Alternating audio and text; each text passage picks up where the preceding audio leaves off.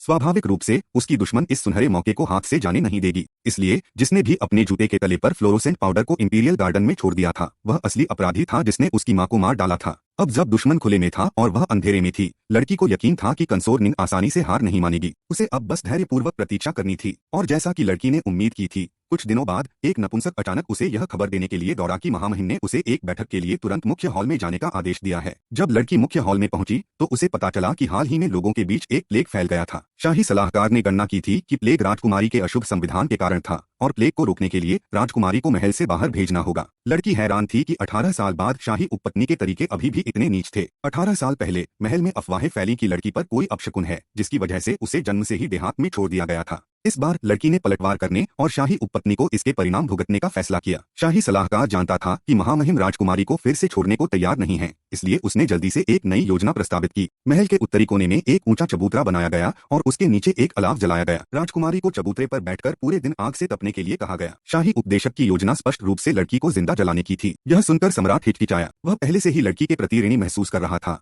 और अब जब वह अभी अभी महल लौटी थी तो वह उसे और सजा कैसे दे सकता था। अप्रत्याशित रूप से लड़की बिना किसी हिचकिचाहट के मान गई और कहा कि वह जिंदा जलने की पीड़ा सहने को तैयार है जब तक वह अपने पिता का बोझ उठा सकती है। सम्राट बहुत भावुक हो गए और उन्होंने समारोह के बाद लड़की को राजकुमारी टोंगान की उपाधि देने का वादा किया। दरबारी सत्र के बाद दूसरी राजकुमारी अपनी मां पर भड़कने से खुद को नहीं रोक पाई। वे मूल रूप से लड़की को सबक सिखाने के इरादे से थे, लेकिन अप्रत्याशित रूप से इससे लड़की को अपने पिता का अनुग्रह प्राप्त हो गया। पत्नी ने अपनी बेटी को